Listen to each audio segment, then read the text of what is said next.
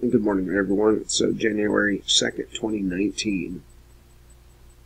5 times Trump proved he is no different than Obama, 2018. This one is from the Free Thought Project by Matt Archist. Number 1. Gun bans. After the tragic shooting in Florida earlier this year, or last year, Trump took the limelight to begin banning and controlling. Up first on the agenda was the bump fire stop. It didn't matter at all to the president that the bump stock wasn't used in the Florida shooting, but he took to moving to ban it anyway.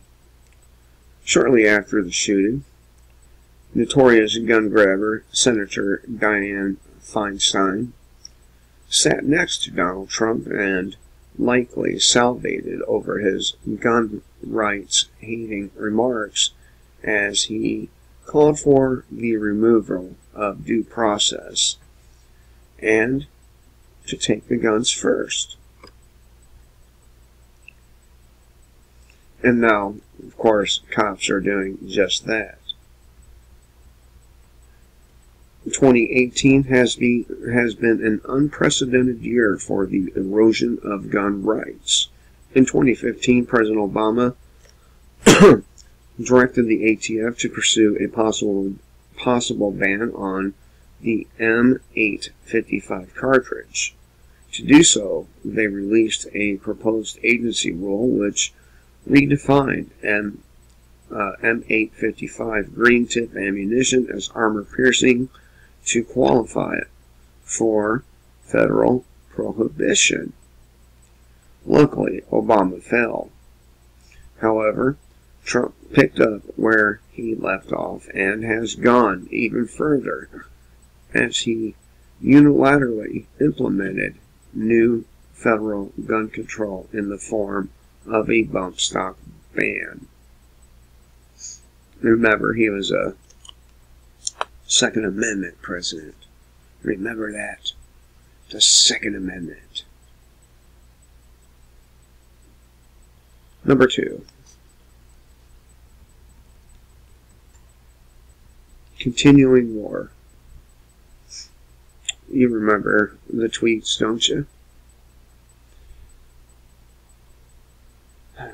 It was a highly refreshing move by the Trump administration to announce the removal of troops in Syria in December. American troops are still in other countries fighting wars, and we've yet to see the full removal of troops from Syria. And by the way, that's not going to happen. Just like Obama, Trump has proven to be Saudi Arabia's bitch by continuing to support their horrific war and genocide in the country of Yemen. Just like Obama, Trump promised to bring the troops home from Afghanistan, but has instead increased them.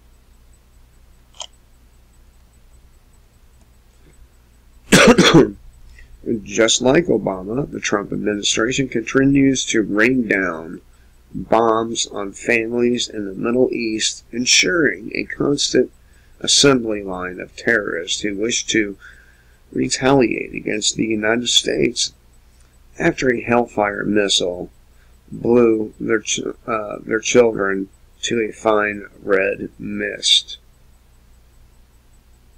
And that's just nice. Number 3. Number 3. The Russian conflict, or Russian conflict.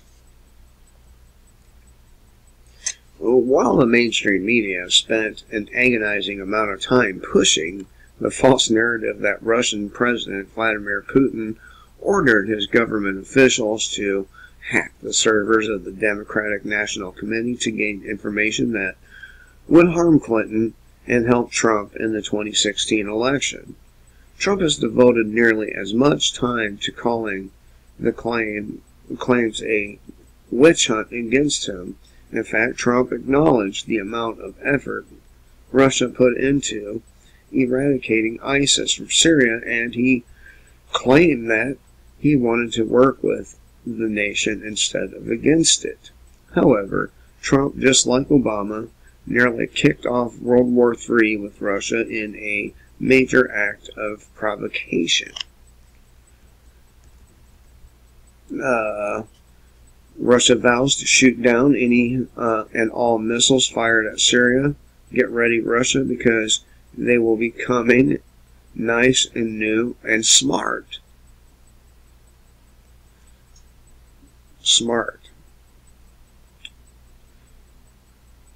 Trump, just like Obama, then issued a slew of sanctions against Russia that set off a chain reaction of events that will ultimately lead to the demise of the U.S. dollar and strengthening of Russia, China, and Iran relations.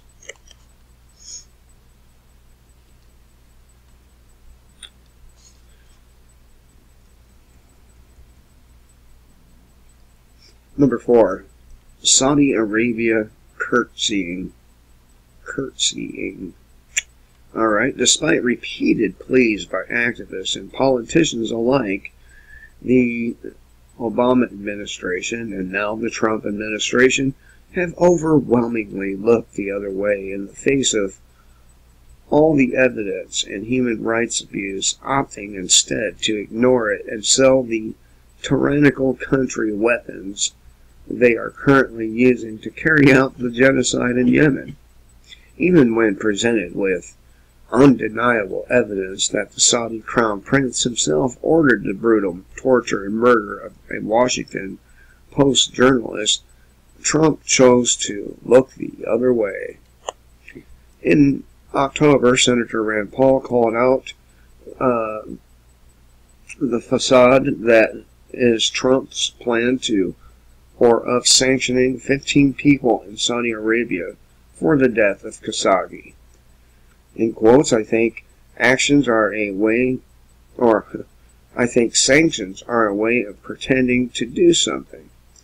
If you sanction the 15 thugs that the Crown Prince sent to the consulate in Istanbul, you're sanctioning 15 thugs and they'll just give or get 15 more thugs. Number 5.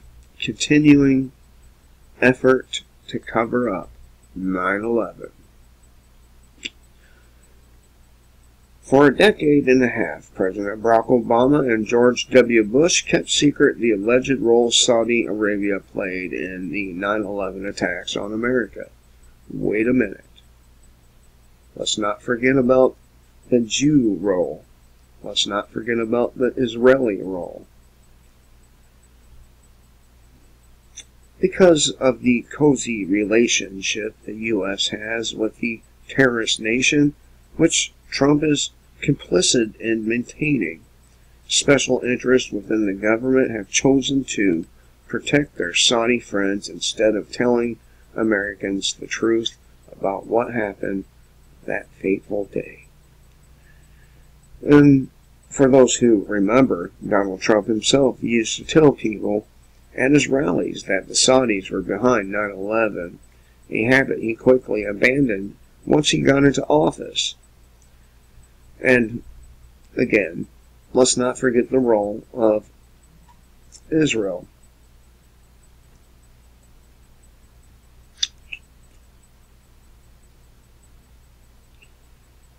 And now, just like his predecessors, Donald Trump has chosen to protect the perpetrators instead of going after them. Anyone remember who attacked us on 9/11? Rand Paul said in an epic speech earlier this year. Anybody heard of madrasa? They have 20,000 madrasas in Pakistan funded by the Saudis that teach hatred of Christians, hatred of Jews, hatred of Hindus throughout the world. So, there's 5 times your beloved Donald Trump was just like Barack Obama, the president you right-wingers whined about for 8 years. And here we are, President Trump doing the same shit. And what's he doing? What do you're still supporting him. Anyway, I hope everyone has a good day. And remember, kill the state before the state kills you.